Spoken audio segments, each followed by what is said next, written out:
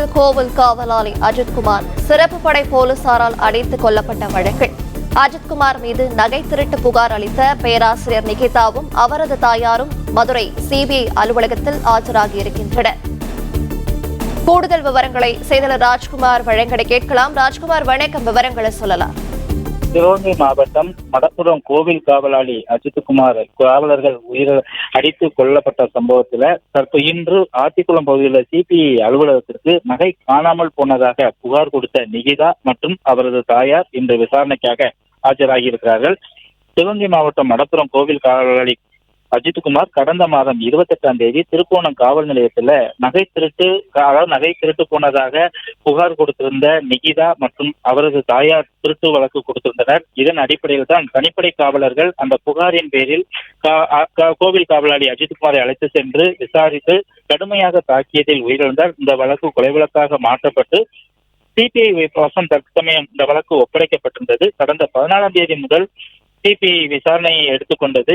DSP மோஹித்குமார் தலைமையில, அதாவது CBI அதிகாரி டிஎஸ்பி மோஹித்குமார் தலைமையிலான 5 பேர் கொண்ட குழுவினர் அஜித்குமார் தாக்கப்பட்டதாக கூறப்படக்கூடிய அறநிலையத்துறை அலுவலகத்துக்கு பின்புறமுள்ள கோசாலை, அரசினர் மாணவர் விடுதி, புளியந்தோப்பு ஆகிய பகுதிகளிலேயும் அவர்கள் அழைத்து சென்று விசாரணை மேற்கொண்டனர். சாட்சிகளை அழைத்து சென்று விசாரணை மேற்கொண்டு அவர்கள் வழக்கு விசாரணையை தொடர்ந்து நடத்தி வந்தனர். இன்று 10 நாளும் விசாரணை மீது 11ஆம் நாளாக இன்று விசாரணையானது நடைபெற்று வருகிறது.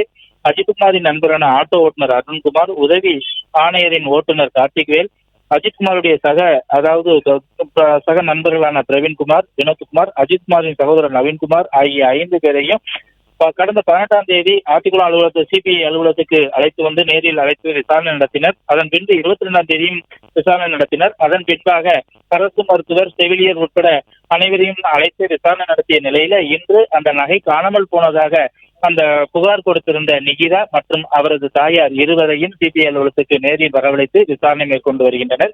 தற்போது அவர்கள் சிபிஐ அலுவலகத்துக்கு வருகை தந்து அவர்களை தொடர்ந்து விசாரணை நடைபெற்று வருகிறது.